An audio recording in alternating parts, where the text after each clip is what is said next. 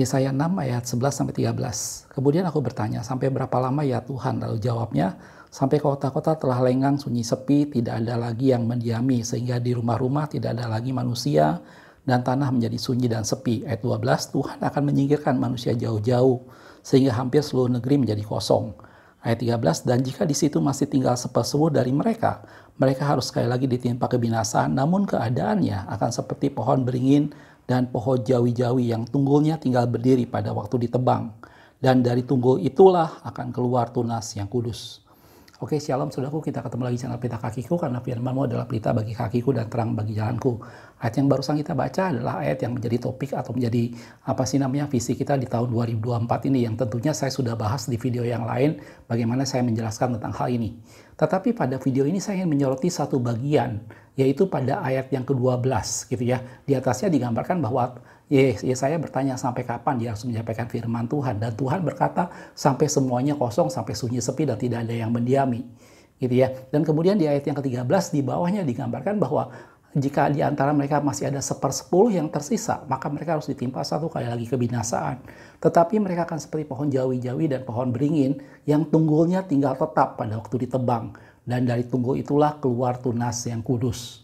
Gitu ya. Dan ayat 12 menjadi sesuatu yang ingin saya bahas pada video ini. Gitu ya. Ayat 12 di sana digambarkan bahwa Tuhan akan menyingkirkan manusia jauh-jauh sehingga hampir seluruh negeri menjadi kosong. Gitu ya. Kalau kita lihat dalam firman Tuhan, ada banyak peristiwa di mana Tuhan menyingkirkan manusia. Gitu ya. Saya akan ambil beberapa contoh dalam firman Tuhan, satu peristiwa bagaimana Tuhan menyingkirkan manusia, menghalau manusia dari hadapannya. Salah satu peristiwa yang saya ambil di sini adalah peristiwa Nuh. Bagaimana pada waktu itu hati manusia cenderung selalu berbuat jahat sehingga Allah menyesal, dan kemudian Allah membinasakan manusia pada waktu itu. Mungkin kita lihat sedikit ayatnya saudaraku dalam Kejadian 6 ayat 5-8 dikatakan, ketika dilihat Tuhan bahwa kejahatan manusia besar di bumi dan bahwa segala kecenderungan hatinya selalu membuahkan kejahatan semata-mata, maka menyesallah Tuhan, lalu bahwa ia telah menjadikan manusia di bumi dan hal itu memilukan hatinya.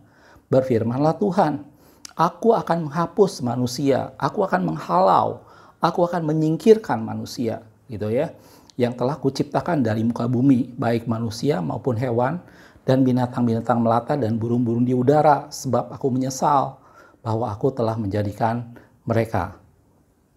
Terakhirnya dibilang, tetapi Nuh mendapat kasih karunia di mata Tuhan. Ini salah satu peristiwa yang tentunya saya yakin ada dan saya sudah sangat tahu bagaimana pada waktu itu Allah menghalau manusia, Allah menyingkirkan manusia. Dikatakan dan Tuhan akan menyingkirkan manusia jauh-jauh, dan peristiwa itu sudah terjadi sejak masa zaman Nuh. Bagaimana pada waktu itu dikatakan kecenderungan hati manusia selalu berbuat dosa. Gitu ya. Manusia berorientasi untuk melakukan sesuatu hal yang jahat, manusia berorientasi untuk melakukan sesuatu yang berdosa di hadapan Tuhan, dan Tuhan memutuskan untuk menghalau mereka, untuk menyingkirkan mereka, untuk membinasakan mereka. Gitu ya. Ini sama sekali bukan gambaran bagaimana Allah tidak menyayangi manusia, saudaraku. Ini sama sekali bukan gambaran itu. Allah adalah pribadi yang kasih dan dia mengasihi manusia. Gitu ya. Tetapi karena hati manusia cenderung semata-mata berbuat jahat dan kejahatan menguasai seluruh kehidupan manusia, maka Allah harus menyingkirkan itu semua. Yang Allah singkirkan sebenarnya bukan manusianya, tetapi dosa yang ada pada manusia pada waktu itu. Gitu ya. Dan ini menjadi salah satu bagian dalam firman Tuhan, bagaimana menjadi satu peristiwa di mana Allah menghalau manusia, di mana Allah menyingkirkan manusia pada waktu itu. Gitu ya. Dan ini saya sudah bilang tadi, ini sama sekali bukan menggambarkan bahwa Allah tidak mengasihi manusia, tetapi Allah tidak bisa berkompromi dengan dosa.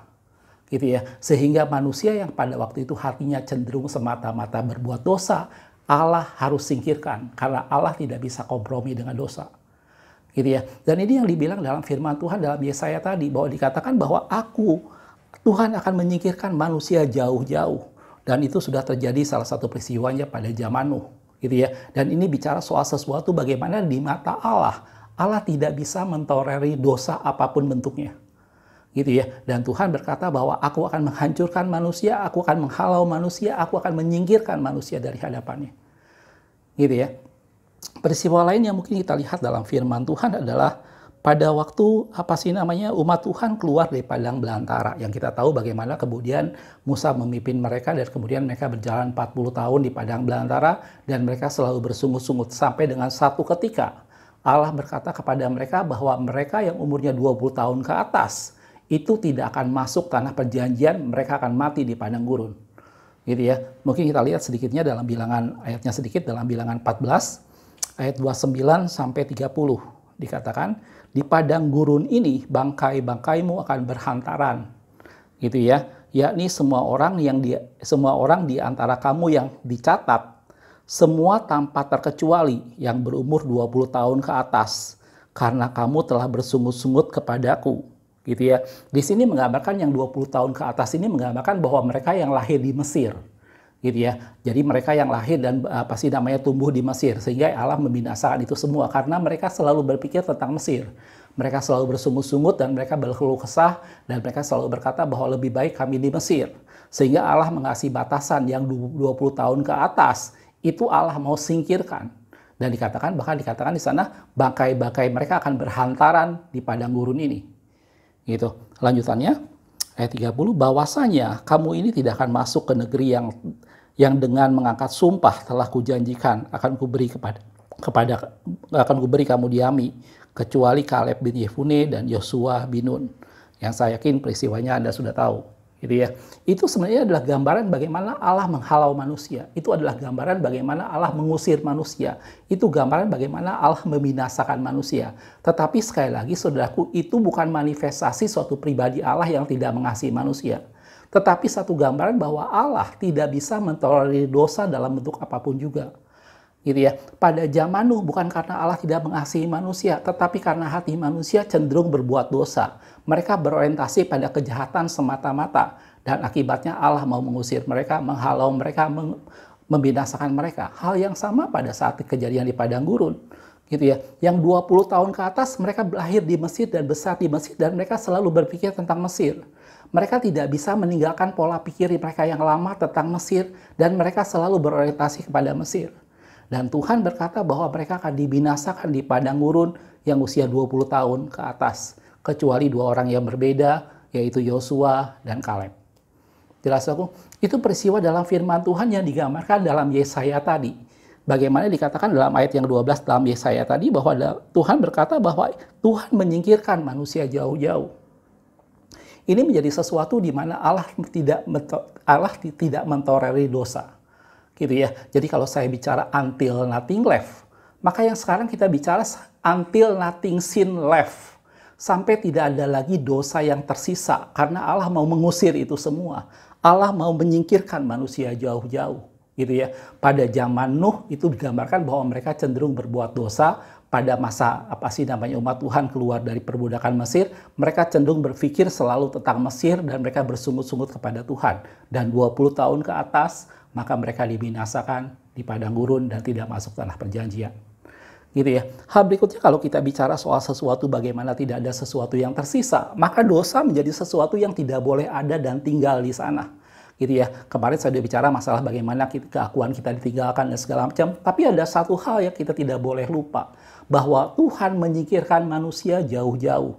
Dan ini bicara bahwa tidak boleh ada dosa yang dibiarkan. Tidak boleh ada dosa yang tersisa.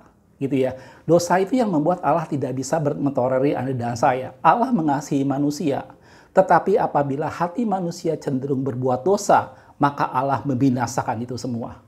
Gitu ya. Dan ini menjadi sesuatu yang Anda dan saya kita tidak boleh main-main, saudaraku.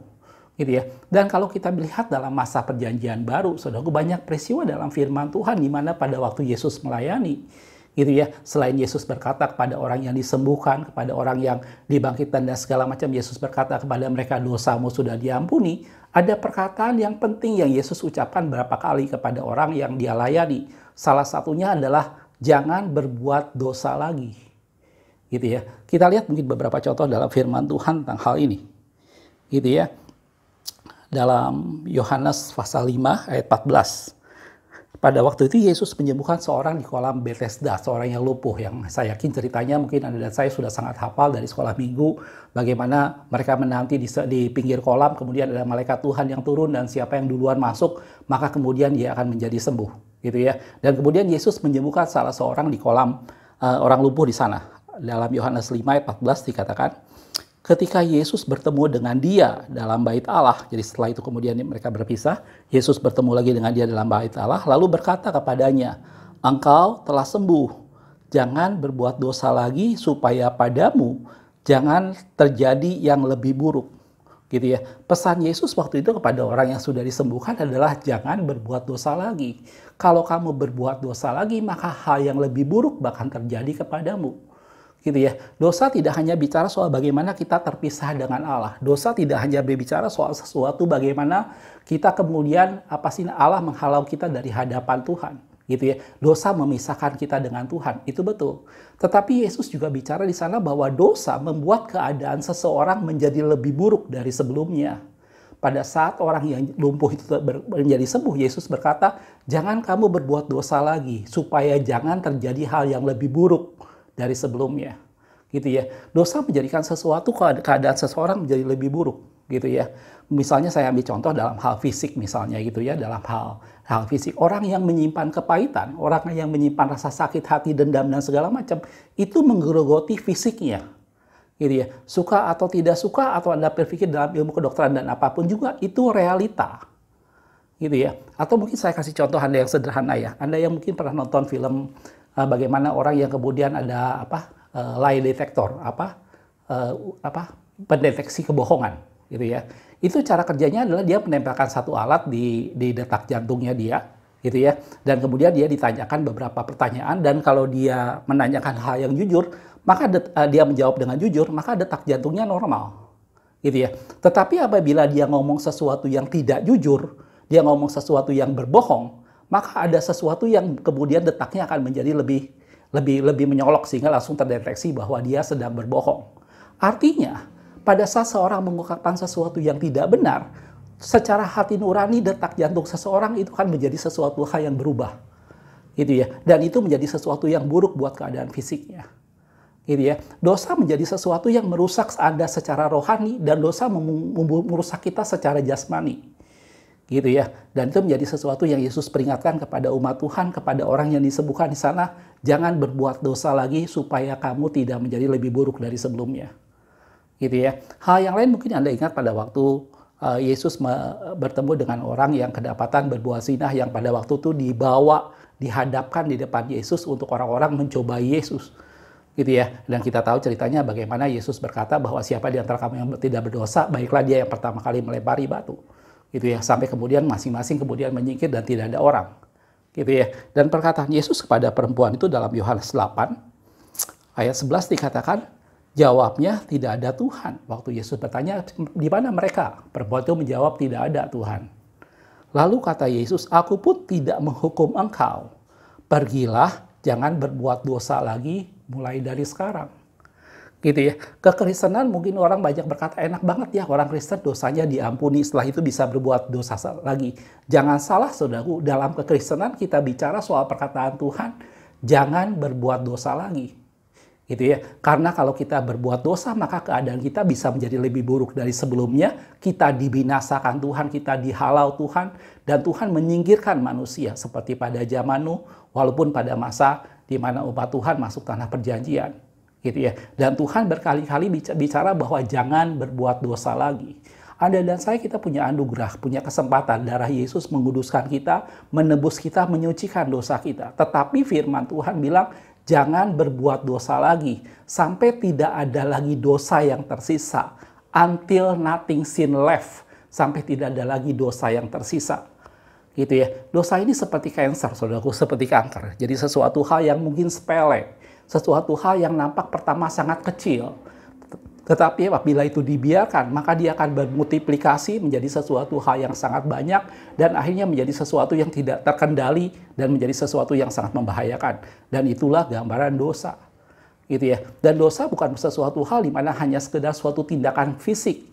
Dosa bisa menjadi sesuatu yang muncul di pikiran kita, dosa bisa menjadi sesuatu yang muncul dalam perasaan hati kita, dosa menjadi sesuatu hal yang bisa muncul dalam sesuatu yang kita inginkan atau kita kehendaki. Gitu ya. Dan dosa ini saya sudah bilang tadi, itu tidak hanya membuat kita terpisah dari Tuhan, tetapi dosa juga menghancurkan diri kita sendiri. gitu ya. Dan Tuhan mau supaya kita semua jangan berbuat dosa lagi, kata firman Tuhan. Gitu ya. Sekarang pertanyaannya adalah bagaimana sih caranya kita tidak berbuat dosa lagi? Bukankah kita masih hidup dalam dunia? Tubuh kita cenderung membawa kita pada perbuatan dosa. Gitu ya. Sebenarnya saudaraku, dosa datang dari pelanggaran terhadap firman Tuhan. Iblis itu adalah yang membawa kita semua ke dalam dosa. Gitu ya. Dan caranya adalah kalau kita meninggalkan dosa, maka pilihannya adalah kita mendekat kepada pribadi yang tidak berdosa, yaitu kepada Allah. Gitu. Meninggalkan dosa itu sama artinya mendekat kepada Tuhan. Kalau kita mendekat kepada Tuhan, maka kita meninggalkan dosa. Kalau kita tidak mendekat kepada Tuhan, maka kita akan hidup dalam dosa. Karena kita masih dikuasai oleh daging. Gitu ya. Firman Tuhan katakan, barang siapa hidup oleh roh, maka dia mematikan perbuatan daging. Hidup oleh roh hanya akan bisa muncul apabila kita dekat dan bersekutu dengan Tuhan. Gitu ya. Dan kalau kita hidup dan bersekutu dan dekat dengan Tuhan, maka kita mematikan perbuatan daging, kita bisa menyangkal diri kita dan kita tidak hidup dalam dosa. Apabila kita tidak bergaul dan dekat dengan Tuhan, maka tubuh kita akan membawa kita ke dalam dosa. Jelas aku? Dan kalau kita lihat dalam bahasa Perjanjian Lama, dosa ini seringkali digambarkan seperti sesuatu hal yang najis, sesuatu hal yang tidak benar, gitu ya. Dan lawan dari itu adalah sesuatu hal yang kudus, gitu ya. Kalau kita hidup dalam dosa, maka kita tidak mempunyai kekudusan. Tetapi kalau kita hidup kudus, maka kita menjauhi dosa. Kalau kita bergaul dengan Tuhan, maka kita dikuduskan, gitu ya. Dan saya pernah bahas dalam satu video tentang prinsip kekudusan. Mungkin saya akan jelaskan sedikit. Saya akan sedikit aja, lebih jauh Anda bisa lihat video saya tentang kekudusan. Saya ambil dari kitab Hagai. Ya, saya pernah jelaskan juga tentang hal ini. Hagai 2 ayat 11 sampai 13. Dikatakan, beginilah firman Tuhan semesta alam, pertanyakanlah pengajaran kepada para imam.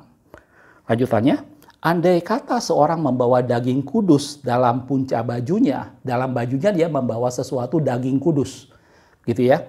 Lalu dengan puncanya itu dia menyentuh roti, atau suatu masakan, atau anggur, atau minyak, atau sesuatu yang dapat dimakan.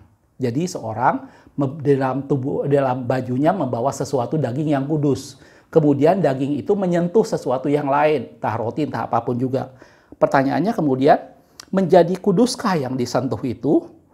Lalu para imam menjawab tidak. Kalau dia membawa sesuatu yang kudus, kemudian dia menyentuh benda lain, apakah benda itu menjadi kudus? Jawabannya tidak.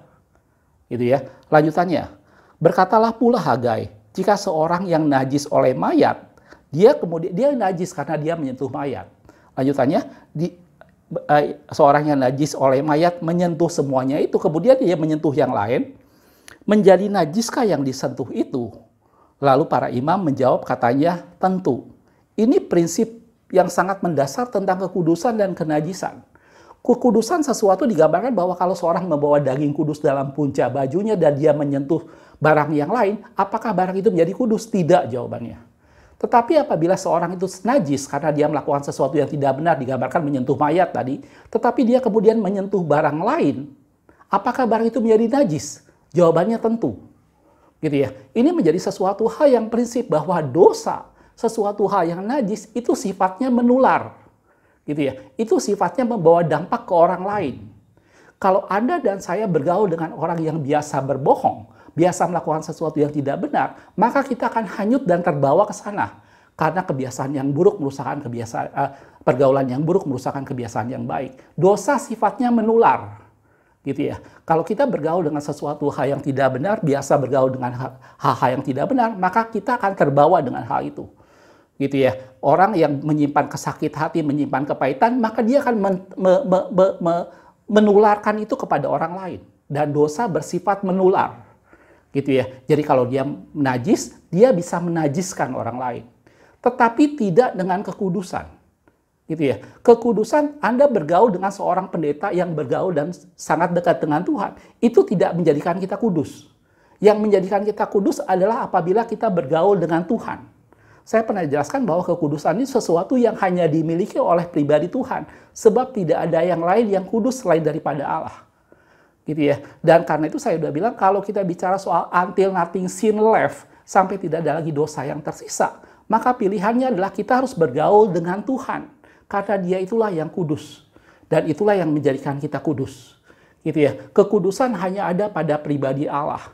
Gitu ya. Dan kalau kita dekat dengan Dia, maka kekudusannya menyinari Anda dan saya, dan kita menjadi orang-orang yang kudus. Jelas, saudaraku? Mudah-mudahan ini bisa melengkapi video-video berapa lama pembahasan saya mengenai visi 2024 ini tentang bagaimana sampai tidak ada lagi yang tersisa. Allah mau tidak ada lagi dosa yang tersisa dalam kehidupan Anda dan saya. Mari tidak lagi hidup dengan dosa, karena dosa memisahkan kita dengan Tuhan, dosa merusak hubungan kita dengan Tuhan, dosa merusak diri kita sendiri, dan dosa itu menularkan kepada orang lain. Gitu ya. Tetapi mari bergaul dekat dengan Tuhan, mari hidup kudus di hadapan Tuhan. Pada saat kita semakin dekat pada Tuhan, maka kekudusannya menjadi bagian dalam kehidupan kita. Gitu ya. Dan itu membuat kita tidak hidup lagi di dalam dosa. Dan dalam firman Tuhan dikatakan bahwa Tuhan menghalau manusia. Bukan Tuhan tidak mengasihi manusia. Tuhan menghalau manusia, mengusir manusia, dan menjauhkan manusia karena kecenderungan hati manusia berbuat dosa semata-mata. Allah sangat mengasihi Anda dan saya. Tetapi Allah tidak bisa mentolerir dosa. Apabila ada dosa, maka dosa mendatangkan penghukuman dari hadapan Tuhan. Jangan bermain-main dengan dosa. Mari hidup benar di hadapan Tuhan. Jaga pikiran kita, jaga hati kita, jaga kehendak kita, jaga apapun yang kita hendak lakukan. Mari jaga itu semua supaya itu berjalan sesuai dengan firman Tuhan. Jelas, saudaraku? Satu ayat yang terakhir dalam 1 Korintus 15 ayat 34 dikatakan, sadarlah kembali sebaik-baiknya dan jangan berbuat dosa lagi. Ingat, saudaraku, jangan berbuat dosa lagi. Itu ya. Ada di antara kamu yang tidak mengenal Allah, hal ini kukatakan supaya kamu merasa malu. Dan saudaraku, siapapun ada dalam saya, kita masih hidup dalam dunia, tapi Tuhan berkata bahwa jangan kita berbuat dosa lagi. Until nothing sin left. Sampai tidak ada lagi dosa yang tersisa. Supaya kita tidak dihalau dari hadapan Tuhan, dan supaya kita hidup benar di hadapan Tuhan, dan dari tunggul itulah akan muncul tunas yang kudus. Jelas, saudaraku? Makasih sudah menonton, kita ketemu di video berikutnya. Tuhan Yesus memberkati.